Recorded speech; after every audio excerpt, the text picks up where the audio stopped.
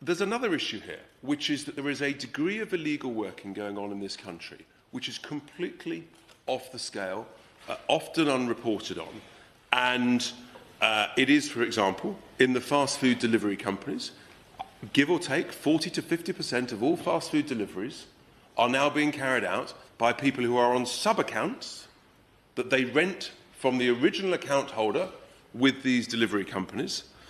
And they pay 50, 60 quid a week. They get it from Facebook.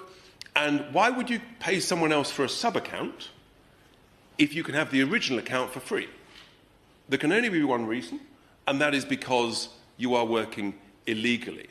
And if any of you enjoy the pleasures of fast food deliveries to your home, I would just say to anybody, look at the person delivering it compared to the person who was supposed to deliver it. And you will very, very often see that it's not the same person.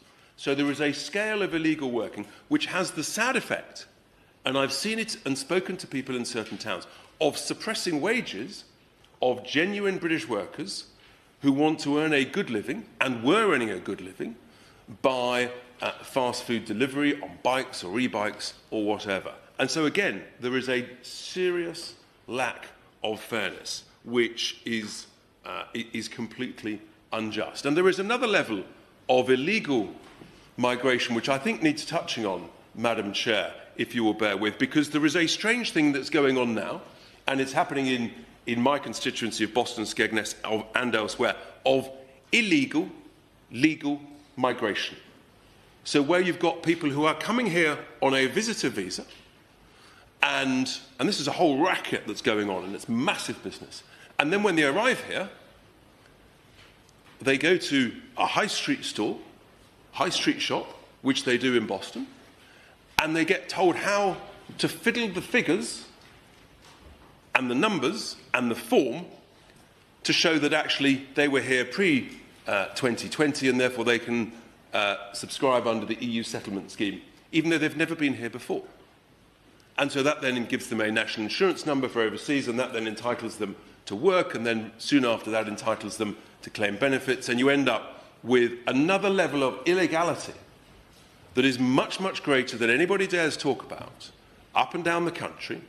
And it is incumbent upon this government, and I would hope everybody would agree, once again, competence in enforcement will stop this level of abuse, because it is suppressing the wages of British people, and it is adding huge pressure on housing demand when housing is at a critical shortage. I welcome the new Madam Chair. It's lovely to see you.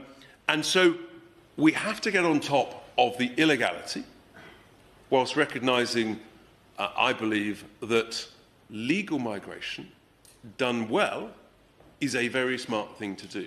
Done badly, as it has been in recent years, has, I think, led to the massive challenges and concerns that I think many, many millions of people, tens of millions of people across the UK have. So, in summary, Madam Chair, I think it's about doing things well.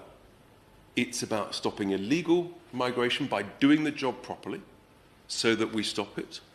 And it's about being smart about how we motivate our existing population, getting people skilled up and back into work, so that actually we don't need to rely on large amounts of inward migration when we're paying huge amounts for people to stay at home.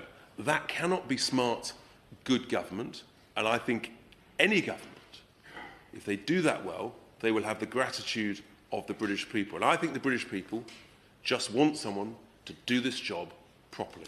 Thank you, Madam Chair.